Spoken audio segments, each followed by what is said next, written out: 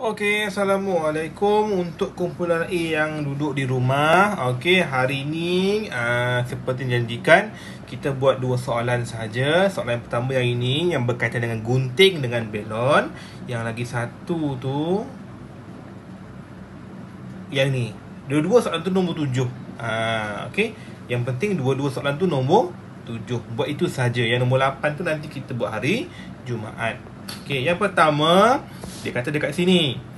Okey, Atirah menjalankan satu penyiasatan tentang kebolehan bahan untuk terapung di permukaan air. Maknanya dia nak tahu mana yang boleh terapung, mana yang tenggelam. Okey. A. Nyatakan kebolehan terapung bagi objek Y dan Z. Jadi kalau objek Y ni gunting, dia boleh terapung ke tenggelam. Tulis dekat sini. Belon, Z ni belon. Belon ni macam mana dia boleh terapung ke ataupun tenggelam. Tulis dekat garisan tu. Okey, B. Nyatakan pemboleh ubah. Pemboleh ubah kita dah belajar. Okey, ada 3. Dimanipulasi, benda yang berbeza. Bergerak balas, apa hasil yang kita nak tengok, ataupun hasil selepas kita buat uji kaji tu apa yang dia jadi. Lagi satu, dimalarkan. Dimalarkan tu apa yang sama. Sekarang ni kita tengok apa dia pemboleh ubah. Dimanipulasi, apa yang berbeza? Satu gunting, satu belon. Jadi apa yang berbeza di sini? Jadi yang berbeza kita tulis jenis bahan. Sebab Y gunting, Z belon. Bahan yang berbeza, jadi kita tulis dia jenis bahan. Okey.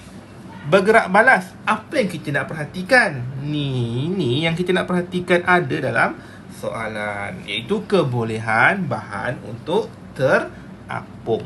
Tak perlu sebut terapung dan tenggelam, tulis satu je sebab kita belajar keapungan. Maknanya yang tak boleh terapung itu adalah tenggelam. Okey, C. Ramalkan apa yang akan berlaku jika beg plastik diletakkan ke dalam air. Kamu tulislah. Kalau beg plastik tu apa yang akan berlaku. Okey. D. Kamu kena lukis. Okey, lukiskan objek-objek ini bila dimasukkan ke dalam akuarium.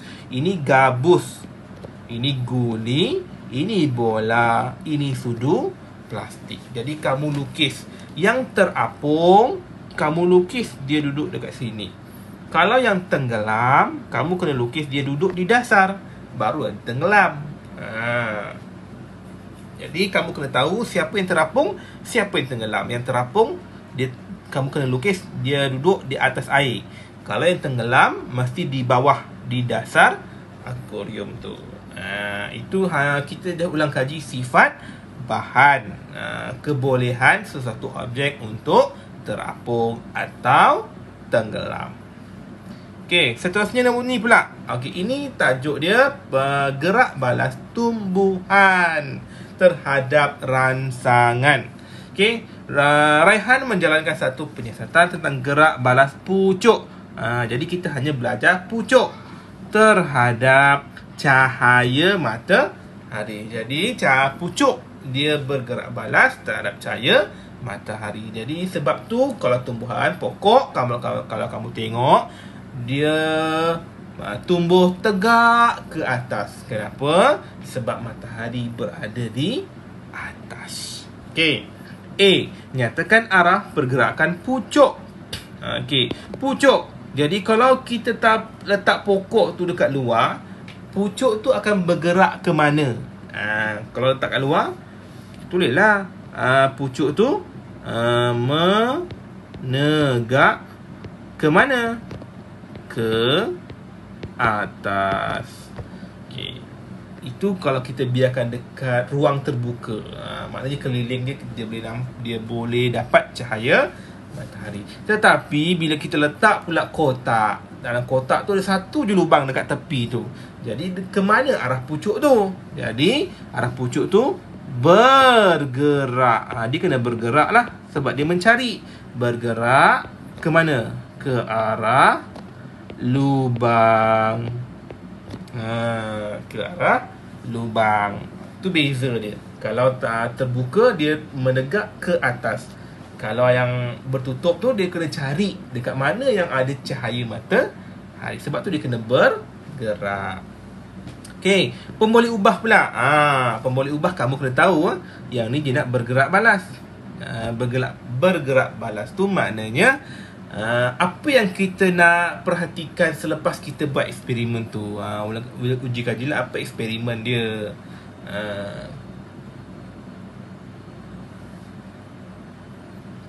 Jadi sekarang ni apa yang kita nak tengok? Apa yang kita nak tengok? Arah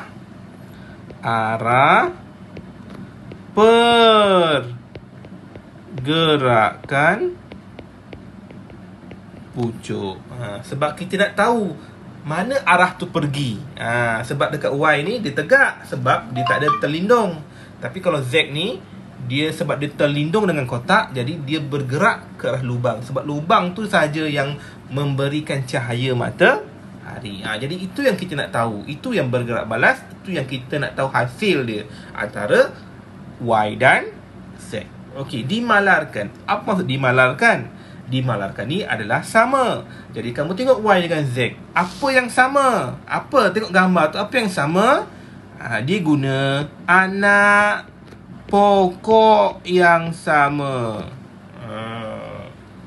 Dia menggunakan anak pokok yang sama. Barulah hasil dia betul. Kalau Y tu guna pokok lain, Z tu pokok lain, tak boleh. Jadi kalau kita nak buat perbandingan antara satu benda, objek tu kena sama. Baru kita boleh buat perbandingan dengan betul. Okey, C, ramalkan apa yang akan terjadi jika tiada lubang. Agaknya apa yang akan berlaku pada anak pokok.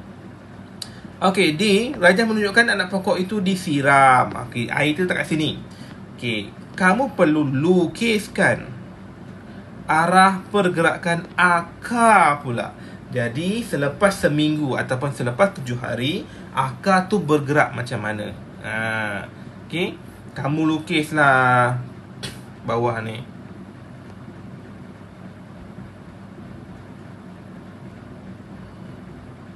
Okey, lukis. Lepas tu lukis.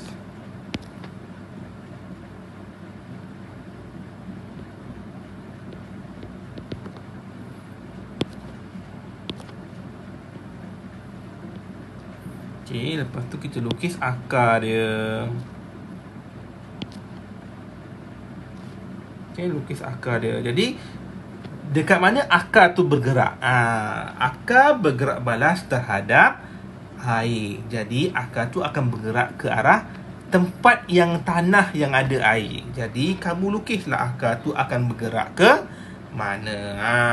Jadi untuk hari ni 2 soalan ni saja. Okey, cuba buat. Kebanyakan cikgu dah bagi jawapan. Okey, buat untuk kita bawa cikgu nak semak pada minggu hadapan. Itu saja. Assalamualaikum. Terima kasih.